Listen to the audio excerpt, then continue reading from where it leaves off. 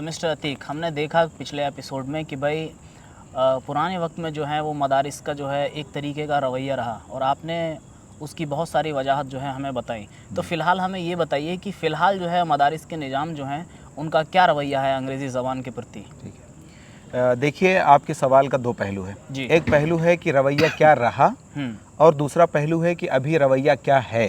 ठीक है, तो एक सवाल जो पहला सवाल का पहला पहलू है उसका ताल्लुक माजी से है और फिलहाल जो सवाल का दूसरा पहलू है वो उसका ताल्लुक जो है वो हाल से है। तो देखिए, देश आज़ाद होने के बाद जो है वो मदारिस के जो ज़िम्मेदारान हैं या जो असातिज़ा हैं या जो तलबा हजरात उससे वाबस्ता हैं उनके अंदर तब्दीली इंग्लिश ज़बान या अंग्रेज़ी ज़बान के तालीम व ताल्लुम के हवाले से तो बिल्कुल आई है। लेकिन जाहिर सी बात है, हमें सबसे पहले ये समझने की ज़रूरत है कि भाई आप मदारिस के बच्चों को, जो मदारिस सिर्फ़ और सिर्फ दीन की बका और तहफ़्फ़ुज़ के लिए कायम किए गए हैं, उनको आप इंग्लिश क्यों पढ़ाना चाहते हैं? सबसे पहला सवाल तो हमें इससे सामना हमारा होता है ना कि भाई आप क्यों इंग्लिश के हवाले से उनके पीछे पड़े हुए हैं कि उन्हें इंग्लिश पढ़ाना चाहिए, उन्हें इंग्लिश सिखाना चाहिए। तो देखिए, इससे पहले कि हम आपके सवाल का ये जवाब दें कि मौजूदा दौर में मदारिस का इंग्लिश अंग्रेज़ी ज़बान के तालीम व ताल्लुम के हवाले से क्या रवैया है, उससे पहले हम ये सवाल करेंगे कि मदारिस के बच्चों को अंग्रेज़ी क्यों सिखानी चाहिए। तो जाहिर सी बात है, देखिए मैंने आपको, हमारे नाजरीन को याद होगा कि पिछले एपिसोड में भी मैंने इस पहलू पर थोड़ा ज़रा सी रोशनी डाली थी कि देखिए मदारिस का क़याम जो हुआ वो दीन की बका और तहफ़्फ़ुज़ के खातिर हुआ। इस खातिर हुआ कि जो है दीन पर जो एतराज़ात वारिद किए जा रहे हैं दुश्मनान इस्लाम की तरफ से या दुश्मनान दीन की तरफ से, उनका जो है उनसे दीन का तहफ़्फ़ुज़ और उनका जो है उनका दफ़ा किया जा सके।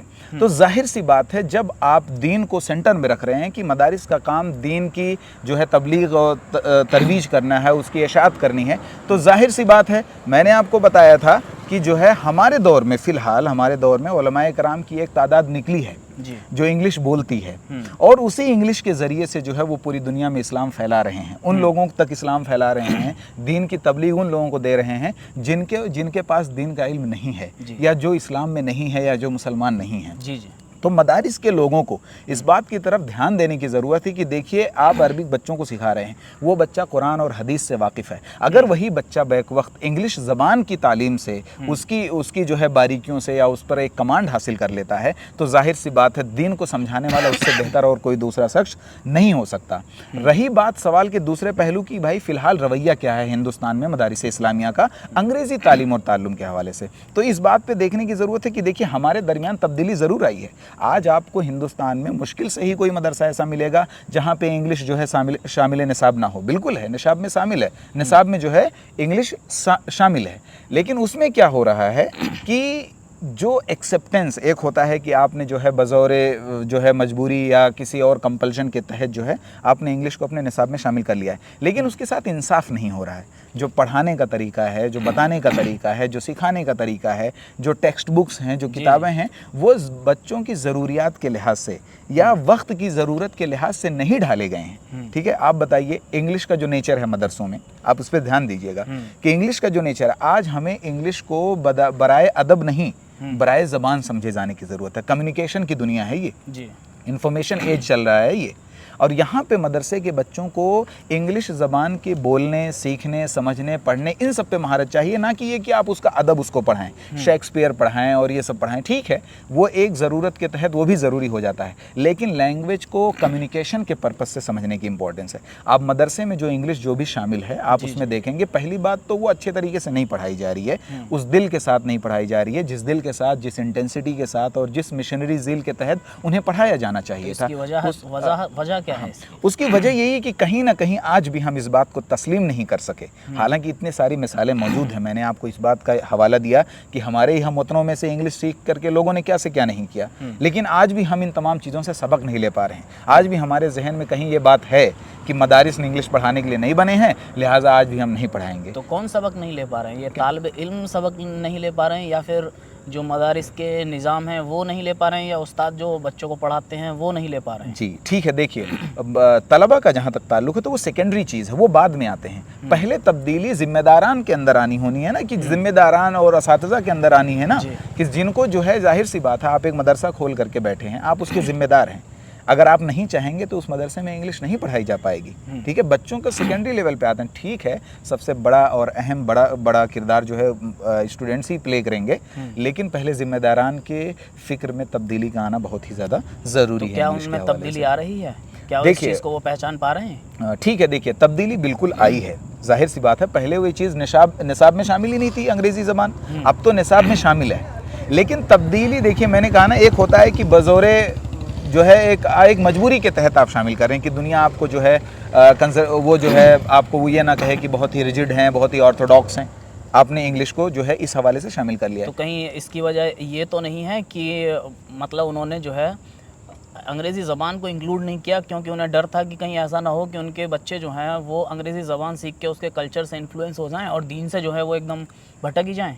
ठीक है, देखिए हमने पहले आपको कहा कि ये खतरा जो है, पहले एपिसोड में हमारे नाजरीन को अगर याद हो कि मैंने ये बात कही थी कि देखिए गांधी जी भी मुखालिफ थे अंग्रेज़ी तालीम के और उलमाए किराम भी मुखालिफ थे अंग्रेज़ी तालीम के, और उनके पीछे खदशा भी यही था कि हमारे दरमियान हमारे वो बच्चे जो हमारे अपने मकसद के लिए हम तैयार कर रहे हैं, मदरसे अपने दीन की बका के लिए मदरसों को बच्चों को तैयार कर रहे हैं, तो अगर वो इंग्लिश ज़बान सीखेंगे तो एक कल्चरल इन्फ्लुएंस होगा और हमारे बच्चे जो है मगरबी तहजीब के परवरदा हो जाएंगे। लेकिन देखिए ये बात जो है 19th सेंचुरी और 20th सेंचुरी का जो फर्स्ट हाफ है, ठीक है, वहाँ तक ये बात थी जब से अंग्रेज़ी ज़बान ने एक इंटरनेशनल लैंग्वेज का दर्जा हासिल कर लिया है, जब से ये लिंगुआ फ्रैंका बन चुकी है, जब से ये कम्युनिकेशन की भाषा और टेक्नोलॉजी की भाषा बन चुकी है, तब जाकर के इसके अंदर अब इस ज़बान में वो कल्चरल इन्फ्लुएंस नहीं रहा।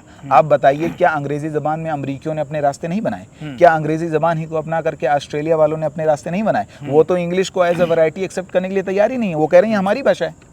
उन्होंने अपने कल्चर में, अपने रंग रूप में उसको ढाल लिया है। हमारे यहाँ हिंदुस्तानी इंग्लिश का भी तसव्वुर है, इंडियन इंग्लिश का तसव्वुर है, तो हिंदुस्तानियों ने भी एक अपनी वैरायटी समझ लो डेवलप कर रखी है, अपने कल्चर से उसको वो कर रखा है। तो अगर मदरसे के लोगों पे ये एतराज़ है, मदरसे के लोगों को, कि भाई आज भी आप ये, हमने कहा आपको कि 19th सेंचुरी पूरी और 20th सेंचुरी का फर्स्ट हाफ, यहाँ तक इंग्लिश की जो आइडेंटिटी थी, इंग्लिश का जो नेचर था, जो कैरेक्टर था, जो अवतार था, वो आप कह सकते हैं कि थोड़ा कल्चरल इन्फ्लुएंस था। मिशनरीज भी यही काम करने के लिए आई थी, टीबी मैकाले खुद यही चाहते थे, ठीक है। लेकिन उसके बाद जब से जो है सेकेंड वर्ल्ड वार के बाद की अगर आप इंग्लिश ज़बान का जो डिज़मिनेशन देखें, फैलाव देखें, तो उसके नेचर में, कैरेक्टर में बदलाव आया है। लोगों ने इसे अपना करके अपना रंग दिया है, अपने कल्चर का रंग, अपनी सकाफ़त का रंग दे दिया है। तो मदरसे अगर आज इस बात को लेकर के ख़ाइफ़ हैं कि हमारे यहाँ पढ़ रहा बच्चा, हमारे यहाँ का पढ़ रहा तालिबे इल्म जो मगरबी तहजीब से मुतासिर हो जाएगा, तो हमने आपको कहा कि देखिए हमारे हिंदुस्तानियों ने भी इंग्लिश अपना करके उन्हीं पर वार कर दिया, देश आज़ाद करा लिया, बहुत बड़े बड़े काम हुए। और ख़ुद हमारे मुबल्लिगीन हज़रात जो अभी नए उभरे हैं, मैंने बार बार ये बात रिपीट की है कि हमारे मुबल्लिगीन हज़रात जो उभरे हैं, आप उनका देखिए, वो इंग्लिश बोलते हैं, कुरान हदीस इंग्लिश में समझाते हैं। पूरा यूरोप, आप यूरोप के बहुत बड़े ममालिक में बहुत तेज़ी से इस्लाम फैल रहा है। तो मदरसे अगर दीन की तबलीग भी चाहते हैं तो इंग्लिश ज़बान को अपना करके वो बहुत बड़े पैमाने पर पूरी दुनिया में इस्लाम को फैला सकते हैं। ये बताइए कि जैसे मदारिस के जो तालिब इल्म हैं, अगर अंग्रेज़ी ज़बान सीख जाते हैं तो फिर उनके लिए किस तरह की अपॉर्चुनिटीज़ जो हैं वो खुल जाएंगी? तो देखिए, और अगर नहीं सीख पाते हैं तो उनका क्या नुकसान होगा? फिलहाल प्रेजेंट टाइम के एतबार से हमें बताइए। देखिए, सवाल के दो पहलू हैं। नहीं सीख पाते हैं तो नुकसान क्या होगा? ऑलरेडी देखिए हम लोग बहुत सारे नुकसानात देख चुके हैं। देश की आज़ादी में हमारे जिस तरीके से हम वो किरदार, जाहिर सी बात है हमारे उलमाए किराम ने अदा किया, हमारी कौम ने भी अदा किया, लेकिन ज़बान के हवाले से जाहिर सी बात है हम जो है उतना एक्टिव नहीं ठहरे। दूसरी कौमों ने ज़्यादा सीखा, तो एक तरह का डिसएडवांटेज ये निकला। और दूसरी बात है, मैंने कहा कि ये दुनिया लैंग्वेज के हिसाब से इंग्लिश की दुनिया है, इंग्लिश कम्युनिकेशन का बोलबाला है पूरी दुनिया में। अगर आप नहीं सीखेंगे तो ये जो आज मार्जिन्स पे हैं, एकेडमिक्स में आप मार्जिन्स पे हैं, एम्प्लॉयमेंट के हवाले से आप मार्जिन पे हैं, और दूसरे तरीक़ों से आप मार्जिन पे हैं, अगर आप इंग्लिश नहीं सीखते हैं तो ये मार्जिनलाइजेशन की ये जो परतें हैं ना, ये मज़ीद गहरी होती चली जाएंगी। एक डिसएडवांटेज तो ये है आपका, ठीक है। तो एक डिसएडवांटेज ये है दूसरी तरीके से। दूसरा ये कि अगर सीख लेते हैं तो क्या होता है, ठीक है। तो डिसएडवांटेजेस का तो लेवल बहुत सारा है, कितने तरीके से हो सकते हैं, कितने तरीके से नहीं हो सकते हैं। देखिए, नुकसान बहुत ज़्यादा है, फ़ायदे भी बहुत ज़्यादा हैं। फ़ायदे भी बहुत ज़्यादा हैं। नहीं सीखोगे तो नुकसान पे नुकसान होता चला जाएगा, और एक दौर ऐसा आएगा कि जो है आप एग्जिस्ट ही नहीं करेंगे सीन में, कहीं दूर दूर तक आप नहीं होंगे। क्योंकि ज़बान ना सीखने से ये नुकसान होगा कि आप जो है पूरी जो दुनियावी एतबार से जो इल्म की राह है उससे आप कट जाएंगे और पीछे रह जाएंगे, और जब पीछे रह जाएंगे तो आपकी बात जो है वो कहीं भी नहीं सुनी जाएगी। जाहिर सी बात है, एक ज़बान जो है वो ज़रिया प्रोवाइड करती है कम्युनिकेट करने का। आप देखिए मदारिस के लोग इस बात से भी सबक सीख सकते हैं कि देखिए हमारे नबी करीम सल्लल्लाहु अलैहि वसल्लम की दौर ही में बहुत सारे सहाबे कराम को जब फतूहात हुई और गवर्नर बना करके भेजा गया मुख्तलिफ बिलादो अमसार में, तो वहाँ पे ये हुआ कि सहाबे कराम को बाकायदा कुछ सहाबे कराम ऐसे थे जिनको ज़बान सीखने की तरगीब दी गई कि देखो वहाँ जा रहे हो, वहाँ के मामलात संभालने हैं, तुम्हें ये ज़बान सीखनी पड़ेगी, फंक्शनल लेवल ही की सही सीखनी पड़ेगी। ये तो बहुत अच्छी बात है, यानी हाँ, दीन ही हमें ये बात सिखा रहा है कि एक ज़बान को सीखना जो है वो कितना फ़ायदेमंद हो सकता है। जी, कहीं ना कहीं ये चीज़ हमारी रिवायतों में है। अगर हम आप सबक उससे लेना चाहें, एक लेसन ड्रॉ करना चाहें, तो बहुत सारी वजूहात हैं आपको इंग्लिश सीखने की, सिखाने की, पढ़ाई हमें थोड़ा अपॉर्चुनिटीज़ बताइए कि किस तरह की अपॉर्चुनिटीज़ जो हैं वो एक स्टूडेंट के लिए खुल जाएंगी। जी ठीक है, देखिए दो पहलू खास करके जो सबसे अहम है। पहली चीज़ ये है कि देखिए हायर एजुकेशन का दरवाज़ा खुलता है ज़्यादा।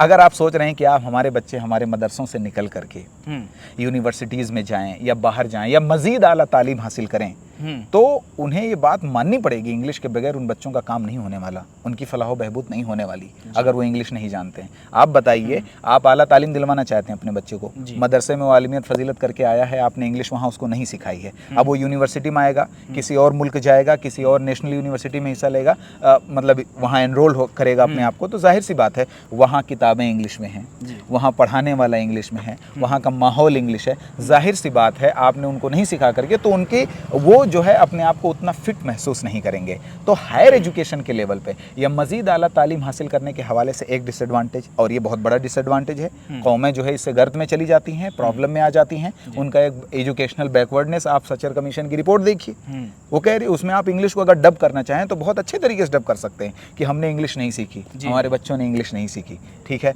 दूसरा पहलू है एम्प्लॉयमेंट का, रोज़गार अगर आपको चाहिए, जॉब अपॉर्चुनिटीज, आपको जॉब्स चाहिए, एक बेहतरीन ज़िंदगी आप चाहते हैं इज़्ज़त और वक़ार के साथ गुजारने वाली, तो जाहिर सी बात है आप इंग्लिश से जो है तही दस्त नहीं हो सकते, आपको उसे सीखना होगा।